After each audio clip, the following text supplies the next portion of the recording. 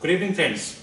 This side Rahul Magan here is a Group Chief Executive Officer of Treasury Consulting and also a venture capitalist. Today, we are going to shoot a very dedicated video on which we are going to covering a very important topic which is pertinent to the current happenings, which is current things which are happening across us.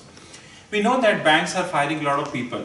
Like if we take out the data that almost JP Morgan Chase, Standard Chartered, UBS, HSBC, Barclays, Deutsche, Commerce Bank, and now the Australian banks have also started firing people. And they are not firing in 100, 200, they are firing in thousands. But my concern is not that they are firing or not firing. Reason being, from the last 1 year we did predicted that recession is on the cards. And recession is good for Treasury Consulting. We are waiting for recession to come. Anyways, we are not here discussing that. We are here discussing about something which is very concrete as far as the banking architecture is concerned. Now we know that when we transfer the funds there are 5-7 ways to transfer the funds. Now you have mobile wallets and all, but still we talk from a banking parlance. One way of transferring the funds is that both the people have basically relationship in the same bank. Relationship in same bank, same currency, multi-currency. Relationship with different banks, same currency, multi-currency. And one is the cross-border relationship. Today the video is talking about the cross-border. We know very well that there are trillions and trillions of dollars of funding which are moving from one place to another due to cross-border funding. In the cross-border funding, one important transaction which is there, which is the correspondent accounts, which is also known as no-stroke accounts. So sitting today, if once Treasury Consulting receives funds, US dollars in India, we received in a correspondent account which is maintained by DBS with JP Morgan Chase. So DBS is maintaining a correspondent account with JP Morgan Chase. Now, one of the biggest drawback which we have of the correspondent bank, and of course when we file the banking license, that drawback would be coming to us also, that each bank needs to maintain multiple correspondent bank accounts with multiple banks. So sitting today, we have 500 top banks. DBS is having relationship with almost all 500 top banks in terms of the correspondent. Say, suppose Julius Baer. There is a client of Julius Baer. There is a client who wanted to transfer the money to the Julius Baer, and he holds the account with DBS Singapore. If DBS Singapore do not have a relationship with the Julius Baer, then such business will go away from DBS Singapore. Or take an example of, I would say Winters Bank, which is very small US bank. If they don't have a relationship with the Winter Bank, it would go away.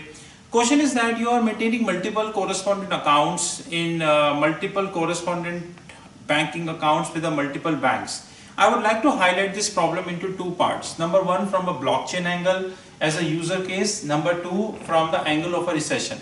When we talk about the blockchain angle, we need to understand that blockchain is in a situation whereby they would be able to get rid of that problem. So sitting today, when we talk about DBS, which is a very big bank in Singapore and of course across the globe, there is no doubt about that, they do hold the correspondent bank accounts with almost every bank of the globe. If we take DBS on blockchain, for a minute we assume, although is easier said than done. If we take DBS on the blockchain, then blockchain would be able to resolve the problem of the correspondent banking architecture? Not recently, from the 1 year ago, the SWIFT is trying to come up with a new technology. To an extent, it is there in the market, which is GPI, Global Payment Interface, which confirms that if you transfer the money now, which is roughly 7 PM Singapore, it would be reaching to your account within 20 minutes, and that is cross-border. I have not tested, so there is no comments on that, whether it is right statement or a wrong statement. But apparently speaking, we need to appreciate one thing, which is very clear, that is the blockchain would be able to resolve the correspondent banking architecture. That we need to see.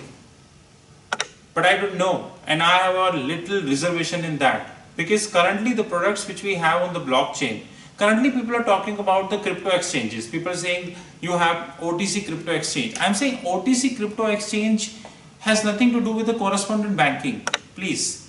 We're going to shoot another video on OTC crypto exchanges when we talk about the custodian, which is the digital ledger custodian. There is a separate video which we're going to making digital ledger custodian. But before that, my question to here is that what blockchain would be able to resolve? And another question which I wanted to resolve, and that is an interlink, is that as banks are winding up their positions, banks are firing thousands and thousands of people.